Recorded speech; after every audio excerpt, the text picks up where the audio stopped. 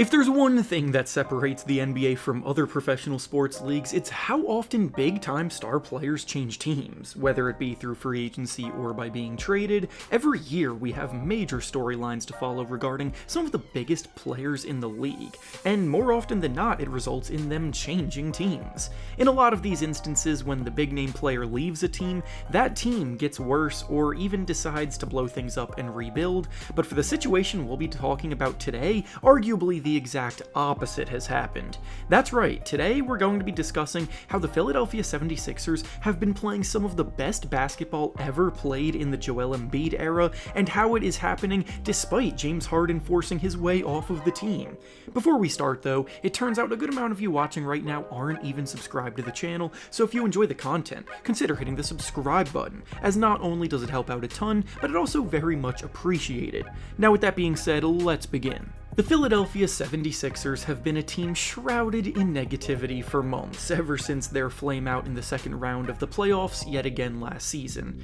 The fact that they are now flipping things completely around is nothing short of a miracle, but before we get into that, we have to take a real look at what has actually been going down to get us to this point. After the Sixers lost Game 7 last year, things were stewing for a bit, and then the first domino fell that was firing Doc Rivers. Rivers had been the coach of the Philadelphia 76ers for the last 3 seasons, and all 3 of those seasons ended the exact same way, losing in the second round. According to several reports from the time, one of the factors that played into Rivers being fired was James Harden insisting that he did not want to play for Doc anymore, feeling held back by the coaching staff, which is also a sentiment that Harden himself expressed in his Welcome to Los Angeles press conference, so all of this tracks. However, not long after this, Harden himself then found out that things were not going to go down how he hoped they would for himself in the offseason, and decided that he too was done with Philadelphia. That saga lasted the entire offseason, so whenever anything Sixers related would go down, that story has always been hanging over their heads, distracting the masses from everything else they were doing. And I'm not going to lie, I understand how that can happen. The combination of disappointment from last season's playoff exit and a co-star demanding out is always going to cast shadows over everything else, but behind the scenes, the Sixers were actually setting themselves up very nicely for a resurgence, regardless of how the Harden situation played out. It started with them hiring Nick Nurse as the new head coach to replace Doc Rivers. I'll start off by saying that getting rid of Doc Rivers was always going to be a step in the right direction because, and I'm not going to sugarcoat this, Rivers is one of the most overrated, stubborn, and behind-the-times coaches that was left in the league, and his inability to make adjustments in big playoff series has contributed to his team's disastrous shortcomings as much as anybody else. No head coach in the history of the NBA has a worse record in elimination games than Doc Rivers, and I'm sorry, but that doesn't happen on accident. Nick Nurse is a coach who, when he had a roster led by a superstar in Kawhi Leonard, along with a strong supporting cast, he coached them to a championship in 2019, in a year where the Raptors were ranked in the top 5 of the league both offensively and defensively, which, I'll give you a little preview, is very similar to what's going on with this season's Philadelphia team. He's also been a coach who, unlike most others, has successfully devised game plans that have slowed down Joel Embiid individually when he has played the Raptors. So the fact that he now gets to coach Joel Embiid, knowing all of his weaknesses and being able to coach him through those spots, is something that already looks like a massive boost for Embiid's individual game, along with his ability to get everyone else around him involved. For example, Joel Embiid for his career averaged just 22.3 points per game against the Nick Nurse-led Raptors, which may not be that bad, but he's a guy with multiple scoring titles here, and that's a number well below his career average. Basically what I'm saying is that Nick Nurse replacing Doc Rivers was always going to lead to an improvement in terms of style of play in Philadelphia, and the fact that the Sixers are now sitting in first place in the Eastern Conference, ranked in the top 5 both offensively and defensively in the league, is cementing that fact. Tying this all back in with James Harden being gone, the Sixers are also playing much more up-tempo, pushing the pace in transition, which is a direct correlation to Harden's exit. Last season, season, the Sixers were in the bottom 5 of the NBA in pace of play. This season, they rank 12th, which is a stark improvement, and it has a lot to do with the ball being in Tyrese Maxey's hands a lot more, who is basically just a bundle of energy looking to get out and run every chance he gets.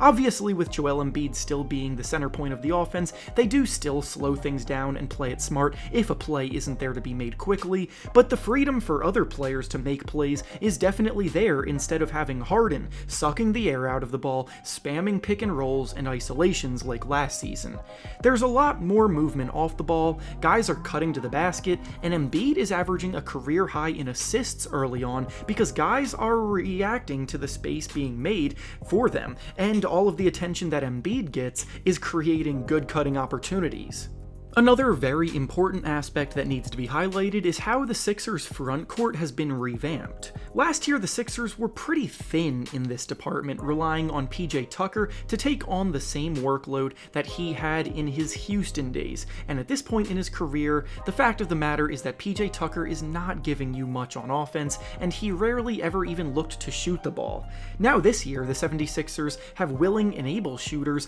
all throughout their front court rotation, and most of them have been playing very good and reliable defense on top of it. Tobias Harris is a player who looks a lot more comfortable and decisive with the ball in his hands, which has been a pleasant surprise. Kelly Oubre, who was cast aside as an afterthought this offseason despite having a career year in Charlotte last season, has come in and sparked the team as a guy who will not shy away from pulling the trigger on a three when the ball swings to him. As a result of the Harden trade, they also now have Nicholas Batum and Robert Covington, who have both made very strong first impressions, or in Covington's case, second impressions, since his original emergence in his career came as a 76er, and as glue guys, they both know their role and excel in it without trying to do too much. Batum's work as a quick-release shooter who can relocate on the move and make defenses pay is a useful tool alongside Embiid, and Covington is showing that he still has the ability to impact games on the defensive end with his quick hands and long arms that generate a ton of deflections and turnovers.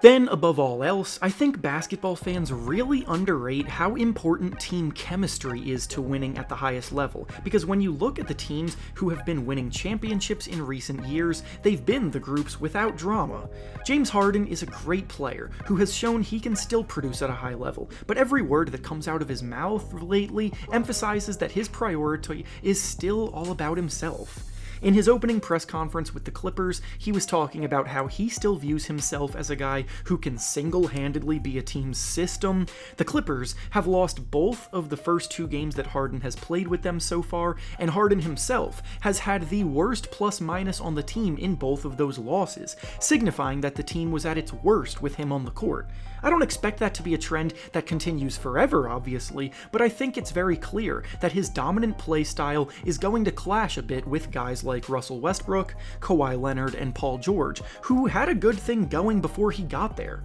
Real-life NBA basketball is not like NBA 2K the video game. You can't just put a bunch of players who are good in a vacuum out on the floor together. You need to build a team with pieces that actually fit alongside each other. Whether the Sixers can actually remain in title contention is still to be determined because there's a lot of basketball left to be played, but it's no fluke that they've been playing some of the best basketball in the Joel Embiid era after all of the drama, because it's a team with pieces that know their roles, play hard for each other, and actually like playing together. They're 6-1 right now with a win over the Boston Celtics, who most view as the favorites to win the whole thing this year, and their only loss was a 1-point loss to the Bucks on opening night, who are the other team most view as the favorites to win the Eastern Conference. The Sixers can compete with anybody as currently constructed, they're much more well-coached, and they're still possibly able to make a run at adding another big piece before the playoffs come around. So after the entire basketball world wrote them off this summer,